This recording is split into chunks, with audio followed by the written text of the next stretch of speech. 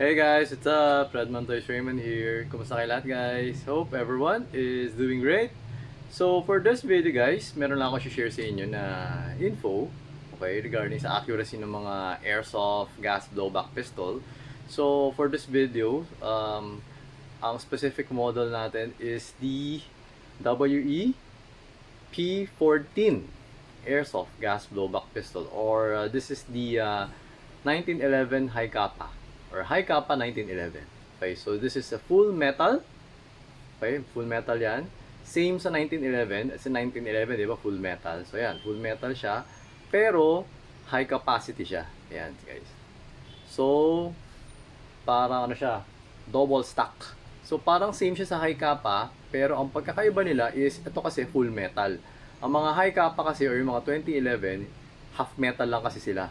So, yung mga T-Rex, half metal lang yun kasi yung ibabaw lang yung bakal. Yung handle ng, yung grip ng mga T-Rex is made of plastic. Okay? So, ang P14, ito bakal to. Okay? So, yun, ganun siya. So, ngayon, itong P14 na to, actually, for me, I think it's better than yung mga high kappa na Type K or mga high kappa na Type R. Ano pa ba? Yung mga ganon, dun lang. Kasi yung Dragon kasi naka-fiber optic sight yun. Kaya hindi ko masabi na mas maganda siya dun sa Dragon, no? Dun sa Type K lang, saka sa Type R. Kasi yung Type K, saka Type R, yung front sight kasi niya walang dot. Ayan. Kung mapapansin mo to may dot to, may puti, di ba? Yung Type K, black lang yun eh. Tapos yung Type R, black lang din. So, pag sumisilip ka, tapos yung, syempre, rear sight mo, itim din. So, black-black, parang medyo mahirap sumilip. Parang ganon. Unlike for the P14 kasi, white siya. Tapos, itim. So, makikita mo yung, ayan o. Makikita mo yung puti. Ganun siya. Tapos, ito out of the box, naka-zero na siya. So, talagang papatong mo lang, ito yung bilog. 'Di ba? So, ang zero niya kasi, ganyan, 'di ba? So, yung bilog, nakaganyan. Tapos, ilalagay mo yung pinaka-center, yung hit niya, yung tama niya, sa ibabaw na to. Yan, sa ibabaw na tong daliri ko, nandiyan yung tama niya. Ganun siya. So, accurate. So, yun lang yung masabi ko. Yun yung napansin ko, astig nga din eh, no? So, ayan. Ito, meron ko sample dito. Ito, actually sa kanya to eh. Ayan, no? So, mapapansin mo para medyo mataas, 'di ba? Kasi nga pag ako kasi nag-aim, ang ano ko kasi, pag ako kasi nag-aim, hindi ako dito eh. Dito ako mismo sa buong gitna. Kasi nga Glock yung gamit ko. Parang ganun doon ako nasanay. So, tendency, ang objective ko dito yung tama, 'di ba? Dito yung hits. Pero dito siya tumatama sa taas kasi nga yung hit niya is yung nakaganon sa ibabaw na to. Ganun siya. So, okay.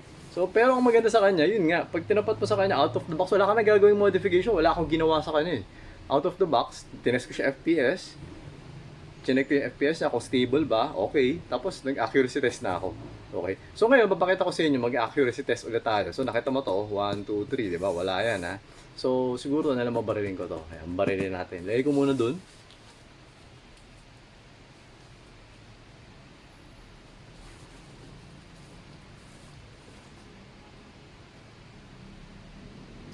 So, andun na siya.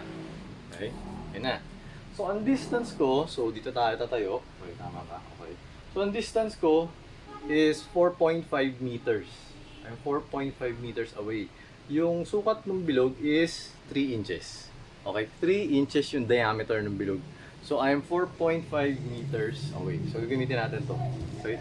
So, yung gas na ginamit ko dito is the 12, the standard power. Tapos, we're using 0.20 grams. Hindi siya 0.25.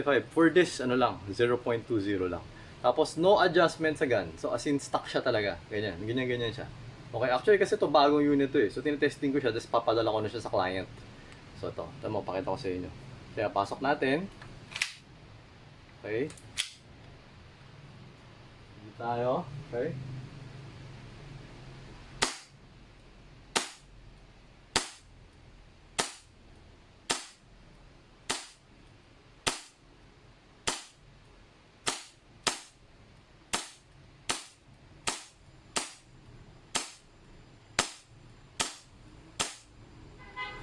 Eh, parang 18 shots yata yun. Hindi ko binilang eh. Basta medyo madaming bala nilagay ko yan. So, naubos yung bala, nag-open chamber.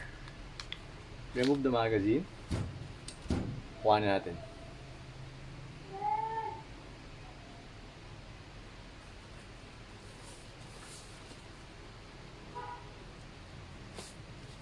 So, ayan guys. So, meron lang medyo isang umangat kasi nga medyo mabilis ako. Di ba? Nakita nyo naman yung rate of fire ko. Pang, pang, pang, pang. Hindi siya matagal, di ba? Yan, may isang napunta dito. Hindi ko alam kung naangat ko siya or dahil sa magaan yung bala, siguro nag-curve or something. Hindi ko alam. Basta yan. Tapos yan, karamihan nandito. Di ba? Lupit nga, lupit eh. Tapos actually, yung T-Rex din, nag-accuracy test nga rin ako sa mga T-Rex. If ever doon sa mga interesado sa T-Rex, accurate din yung T-Rex kasi ito yata yung T-Rex eh. Kung hindi nagkakamali, ito or ito, parang ganyan. Kasi may kumuha kahapon, so, yan. Gitna rin yung T-Rex. Ngayon, syempre yung T-Rex din naman, okay din naman yun kasi naka-fiber optic sight yun. So, mabilis makita. Okay? So, tingin ko kasi yung mga high kappa accurate din naman. Nagkataon lang na wala lang siya ng white dot. So, medyo mahirap siyang masilip. Unlike ito, yung P14, kita mo kagad eh. Okay, so, ayun siya. Ngayon, hindi ko naman sinasabi na sobrang ganda ng P14 ah. Okay, hindi ko naman sinasabi yun. Kasi actually, meron akong ayaw sa P14. Ayaw ko yung grip. Ayaw ko yung shape. Nakita mo yan. Ito yung sasabihin ko. Ito sa akin lang naman preference yan. Makita mo, di ba? Yung shape niya kasi parang boxy. So, pag nilalagay ko yung kamay ko yung ganyan, yan, nakita mo, boxy siya eh. Ayoko eh.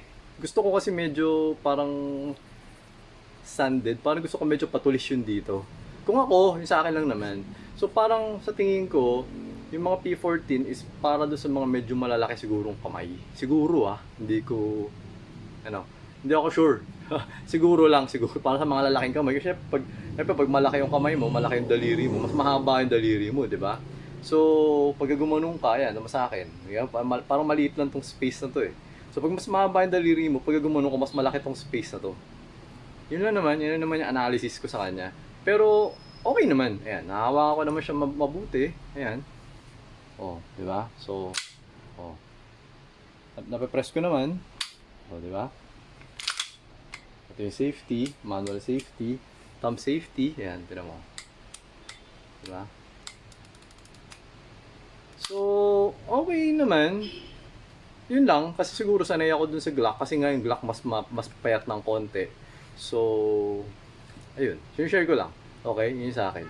Tapos, if ever naman siguro na out of the box, hindi siya accurate, hindi siya naka-zero, ang mga P14 kasi adjustable yung rear sight. So, adjustable yung elevation niya, adjustable din yung windage.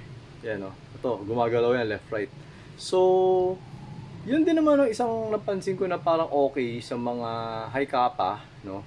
Na mga baril, yung ganito, compared mo siya sa mga Glock. Kasi nga, ang mga Glock, hindi adjustable yung front and rear sight. So, pag binili mo siya, kailangan talaga testingin mo siya kung accurate siya o hindi. Kasi pag hindi siya accurate, wala ka na magagawa doon, yun na talaga yun. Unlike yung ganito, kahit sabihin natin siguro pag bumili ka, tapos hindi siya accurate out of the box, pwede mo adjustin yung rear sight, magiging accurate na siya, di ba? So, lahat talaga ng mga baril, bawat unit, meron tayong mga pros and cons. So, paminsan, maganda rin talaga yung tinetesting natin para nalalaman natin kung ano ba yung okay na bilhin out of the box yung wala ka nang aalam kasi nga, newbie ka, wala kang kaalam-alam. Diba? Ayaw mo na mag-research, tatamad ka na mag-research. Yung pagbili mo, baka baril ka na lang. So, yun, this is actually a good option, no? So, it's full metal. Tapos, syempre, yung internals niya, same siya sa 1911. May posibilidad, same din sa mga high kappa na 2011, no? Hindi ko pa masyadong kabisado yung mga internals na to. Pero more or less, since medyo sobrang dami yung kumukuha sa atin, actually marami na ako tayo na nabenta na P14 before. Wala pa naman nasisira no? So, hindi ko alam kung di ba nila ginagamit o matibay lang siya sobra or what, hindi ko alam no? Pero syempre alam mo naman, hindi naman steel yung parts niya, hindi naman aluminum yung parts niya. So eventually mayroong mapupudpud dyan, may mauupod dyan, so eventually may masisira dyan, ganun talaga yun. So yun, darating yung time, magbubuting-ting na rin tayo ng mga ganito. Okay? So, ayun. Yun lang guys. So, yun lang yung na-share ko. Tapos, oo nga pala, isa pa pala, ang mga magazine nga pala kasi ng P14 is, yan, kung mapapansin mo, di ba maliit to. Tapos, mayroon ba akong high kappa dito? Harap tayo ng high kappa. High kappa mag. Yun, so, mayroon tayo high kappa mag dito. So, this is a 2011 mag, and this is a P14 mag. So, yan, kung mapapansin mo, mas maiksi. Yan, di ba? Mas maiksi siya. Kaya in a way, kapag naglalagay ka ng bala dito, medyo mas mahirap ng konti. Kasi parang yung slot, yung space, pang isang BB lang. Yan, pang isang BB. Unlike kapag yung mga magazine ng mga high kappa na 2011, parang mas maluwag. Okay? So, compatible to. Okay, yan parang-pareho lang naman kasi yan eh. Parang-pareho yung likod, ganyan. Ang pinakaiba nila yung ilalim. Ayan, pansin mo. 'Di ba? Mas makapal yung ilalim ng high kappa 2011. Okay? So, ito yung pistol, right? So, this is the original magazine. Pasok natin. Yan ang itsura niyan. Okay? Removing. Tapos, extra magazine, yung high kappa na 2011 na. Okay? Yan. Nakalalay lang ako. Baka mapindot ko yung mag-release. Yan. Ganyan siya. Ganyan ang itsura niyan. Okay? Ganun. So ngayon, ito, hindi ko alam kung pwede ba ito lagyan ng magwell. Ang tingin ko pwede rin naman kasi meron naman siyang pin dito. Pero, hindi pa ako nakakita ng magwell para dito. Kasi wala rin ako. So, if ever na naghahanap kayo, wala pa ako sa ngayon, no? So, ayun lang. So, ayun guys! Yun lang, na-share ko na sa inyo. Thank you for watching. Until next video, always remember to stay safe, stay great, be good, and be thankful always. God bless everyone. Bye-bye!